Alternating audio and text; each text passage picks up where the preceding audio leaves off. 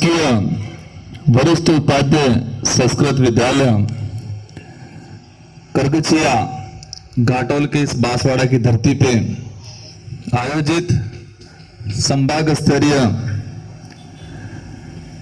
19 वर्षीय छात्र खेलकूद प्रतियोगिता में हमारे मंच पे विराजमान हमारे वरिष्ठ पूर्व माननीय सांसद महोदय नीनामा जी, पूर्व स्थानीय विधायक हरेंद्र जी, इसी कड़ी में यहाँ के विधायक प्रत्याशी रहे बीजेपी से भाई अशोक जी भील एवं इस मंच पे विराजमान तमाम पार्टी पदाधिकारी, इस आयोजन को संपन्न कराने वाले केंद्राधीक्षक और संस्कृत शिक्षा विभाग से आए हुए तमाम अधिकारीगण, इस प्रांगण में विराजमान आणि ग्राम पंचायत और ग्राम पंचायत हाथे हाथे पड़ोसी जटली सी ग्राम पंचायतें हैं और ग्राम पंचायत ना हमारा वडील बड़ा बुजुर्ग, हमारी माताएं बहनें, युवा साथी,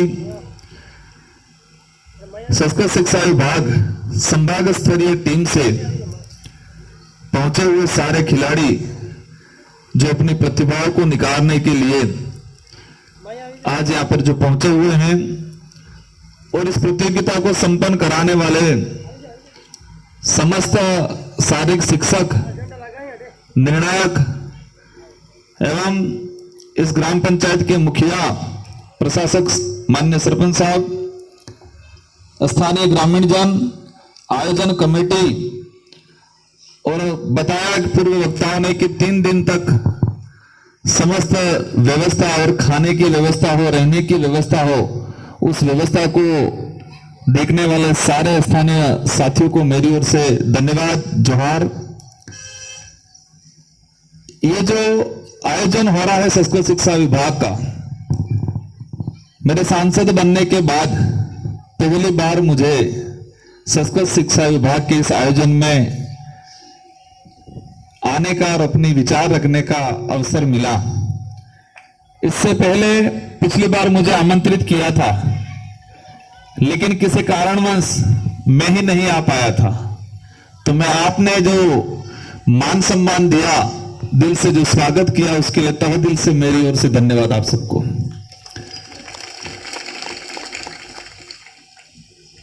हम इस स्वतंत्र भारत में रह रहे हैं और स्वतंत्र भारत के अंदर ये देश जो संचालित हो रहा है, संविधान के आधार पे इस देश को संचालित किया जा रहा है। इसी के तहत 1952 से लगा के अभी तक जितनी जो सरकारें रही, हर सरकारों ने कुछ न कुछ प्रयास किया।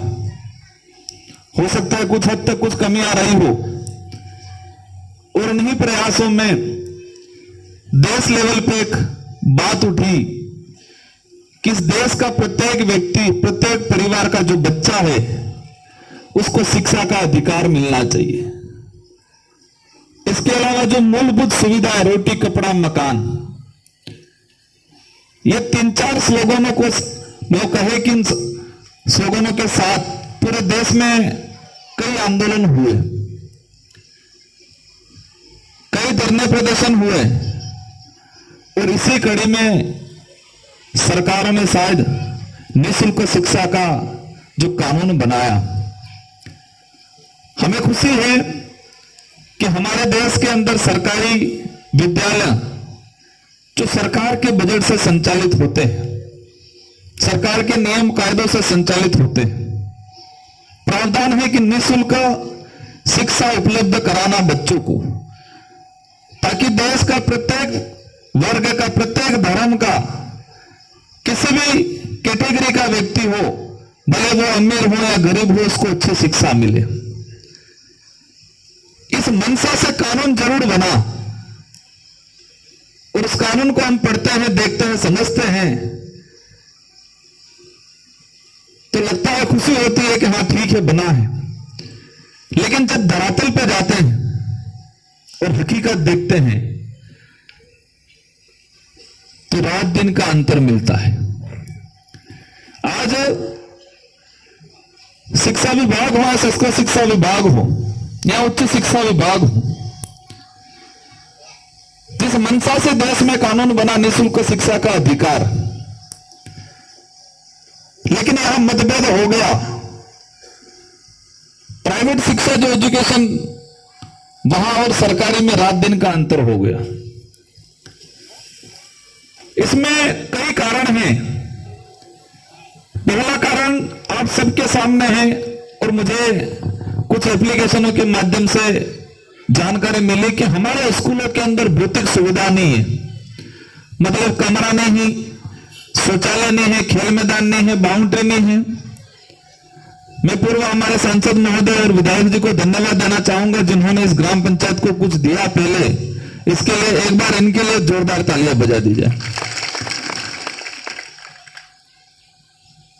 आज पूरे इलाके के अंदर हम देख रहे हैं, कई बार स्कूलों में जाने से मैं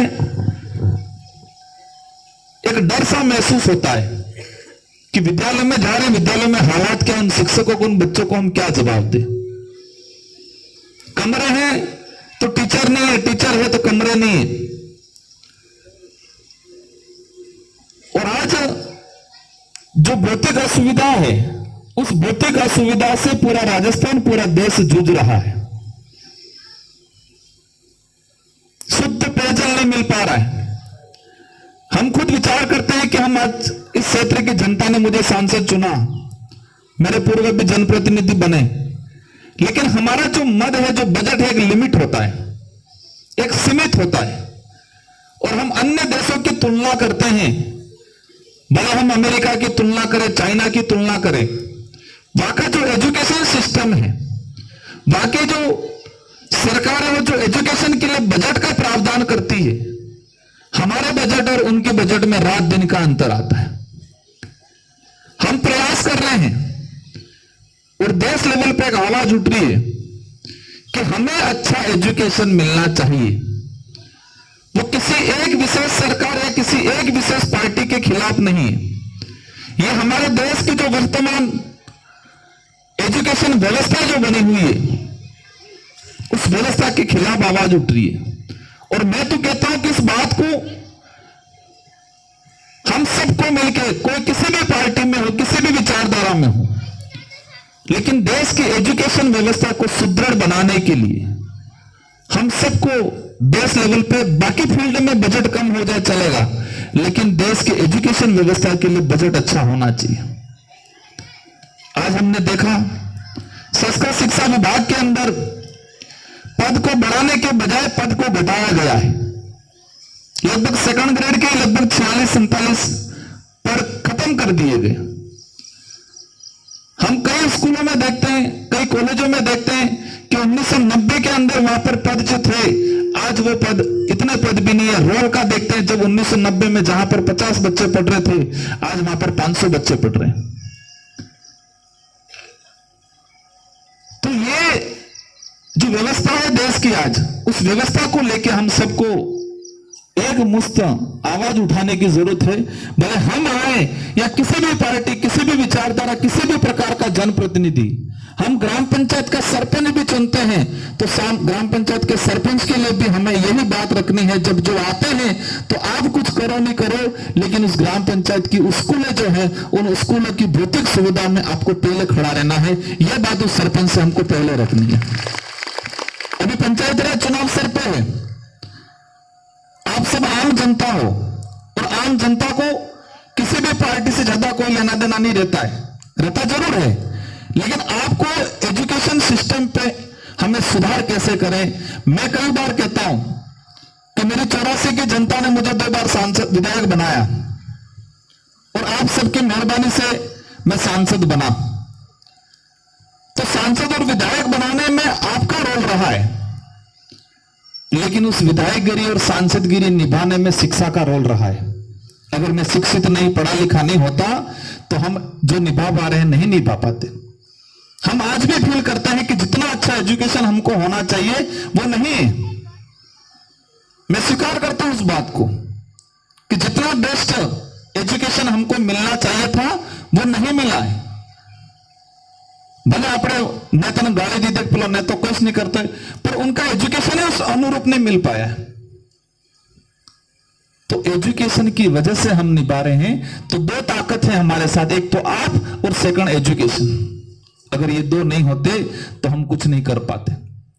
इसलिए कहा जाता है कि शिक्षा वह शैरनी का दूध है, जो पिएगा वो दहाड़ेगा। गर्मी लग रही है, थकान भी हो रहा है। हो रहा है थकान? नहीं हो रहा है कि हो रहा है? तो जितने जो बच्चे आए हैं, हमने जिला देखा, राज्य देखा, देश देखा, दुनिया भी देखी। जब हम देखते हैं तो तुलना करते हैं कि हमारा इलाका कितना पीछे, शेखावटी कितना आगे। हम देखते हैं कि हमारा राजस्थान कितना पीछे, फिर हरियाणा, दिल्ली वो कितना आगे। दक्षिण भारत में जाते हैं, तमिलनाडु, केरल, उस इलाके में देखते हैं तो अलग ही नजरिया दिखता है। एजुकेशन की क्वालिटी, वहां की भौतिक सुविधाएं, बच्चों का मानसिक डेवलप किस तरह से हुआ है, शारीरिक डेवलप किस तरह से हुआ है। और हमारे इलाके में देखते हैं तो हमें काफी निराशा होती है कि हमारे इलाके में बच्चों में एजुकेशन हो, हेल्थ हो, मानसिक विकास हो, नहीं हो पाया। हम स्वीकार करना पड़ेगा, और स्वीकार करेंगे तो सुधार के रास्ते पे चल पाएंगे हम लोग। तो जितने जो बच्चे आए हैं उनके लिए मेरा विशेष कहना है कि आपको पढ़ाई पे ध्यान देना है विशेषकर, और खेल कूद पे ध्यान देना है। मोबाइल में खेलना शुरू कर दिया, पबजी, लूडो ये जो शुरू कर दिया, तो आपका शारीरिक विकास नहीं होगा। आप शारीरिक रूप से जितना एक्टिव रहोगे उतना उम्र लंबी होगी आपकी, इतना ही आपका मानसिक विकास होगा। और कहा जाता है कि स्वस्थ शरीर के अंदर ही स्वस्थ मस्तिष्क का निवास होता है। स्वस्थ शरीर है तो स्वस्थ मस्तिष्क होगा आपका, और स्वस्थ मस्तिष्क से होगा, अच्छा दिमाग चलेगा, आप पढ़ोगे, आपका खुद का, अपने परिवार का विकास करोगे। पूर्व वक्ता हमारे साथियों ने कहा कि आप कंपटीशन राइडिंग करने में, गाड़ी दौड़ाने में मत करो। कंपटीशन करनी है तो एजुकेशन में करो। कंपटीशन एग्जाम निकल रहे उसमें करो, ग्राउंड में करो, दौड़ने में करो, खेलने में करो। हम बहुत पीछे हैं, हमें स्वीकार करना पड़ेगा। लेकिन हम कमजोर हैं यूं करके घर बैठ जाएंगे तो भी मजा नहीं आएगा। कई उदाहरण मिलेंगे गांवों में कि बिल्कुल गरीब परिवार का बच्चा होगा, लेकिन उसके अंदर जुनून है तो वो पढ़ेगा, रात दिन मेहनत करेगा, हर विपरीत परिस्थिति का सामना करेगा और कल उठा के अधिकारी बनेगा। कई ऐसे परिवार होंगे, सारी सुविधा होगी उनके पास, पैसा, घोड़ी, गाड़ा, मकान सब होगा, लेकिन उसका कोई विजन नहीं होगा, उसके अंदर जोश जुनून नहीं होगा, तो वो आगे नहीं बढ़ पाएगा।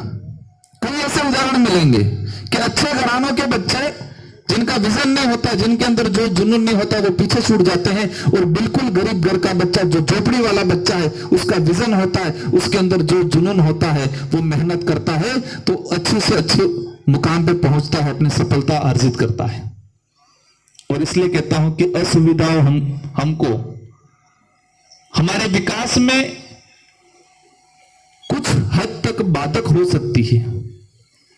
हमारे पास पैसा नहीं है, हमारे पास गाड़ी नहीं है, ये चीजें हमारे विकास में, हमारे पढ़ने में कुछ हद तक बाधक हो सकती है, पूर्ण विराम नहीं हो सकती है। और इसलिए मैं सारे शिक्षक जितने आए हैं और इस संस्था के जो समस्त स्टाफ है उनसे भी कहना चाहूंगा, मैं समझ रहा हूं कि भौतिक सुविधाओं का अभाव है, लेकिन अपन को यही रखना है कि जितने हमारे पास फैसिलिटी है उसी फैसिलिटी में बेस्ट प्रयास करें हम लोग।